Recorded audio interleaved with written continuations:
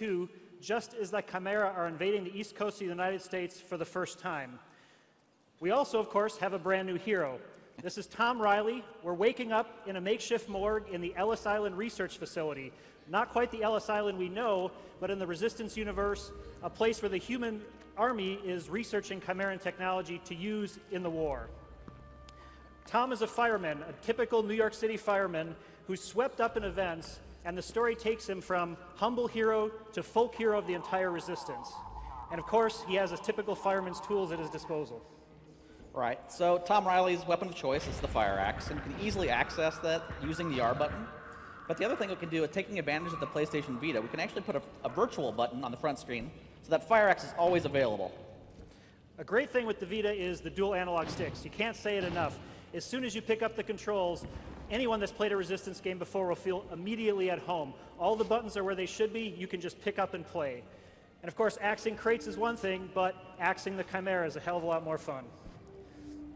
So we bring back some classic enemies like this Chimeran hybrid, but we also introduce new enemies later on of all shapes and sizes.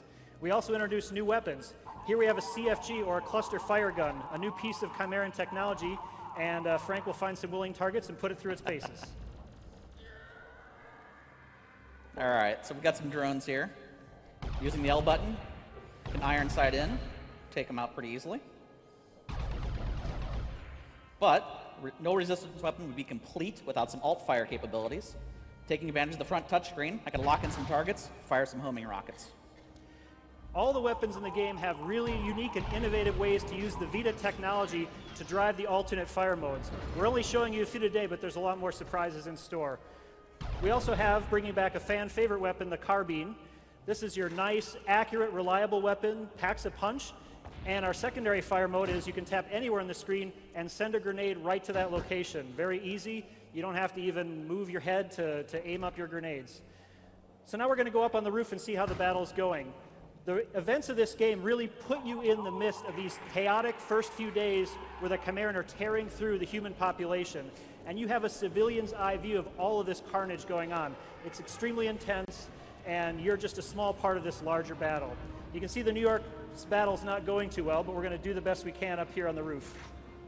The weapon wheel, of course, a familiar feature for Resistance fans, now can be also driven by the touch controls. We also have a new cover system that's really exciting. It's completely automated. It doesn't lock the player into cover, but when they crouch behind an appropriate object, it automatically kicks in, protecting them and letting them know that they're protected. To peek around cover, you have a lot of options. You can use the 6-axis controls to peek over cover just by tilting the machine. And you can also automatically peek by using the iron sights or the fire button. And as soon as you want to exit cover, simply stand up and you're out. So, taking advantage of the front virtual buttons as well, we can quickly throw a grenade, or we can press, hold, kind of cook it, get a nice air burst. One more time.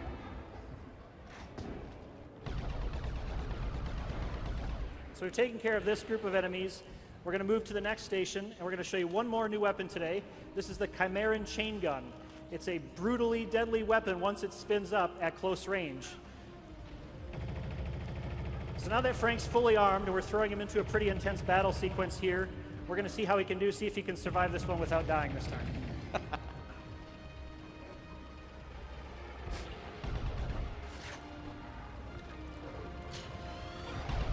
As you can see, the battles are intense, lots of enemies on screen, great visuals. The Vita is a perfect platform for making a really immersive first-person shooter experience that will please any fan of the genre.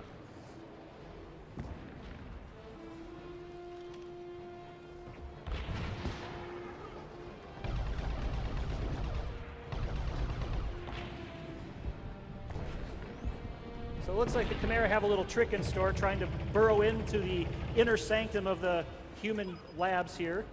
So we're going to use the power of the chain gun after we reload it and see if we can take out that emplacement and the Chimera protecting it. Nicely done. So this is just part of the playable demo we have for you here tonight. We hope you check it out. Thanks for coming.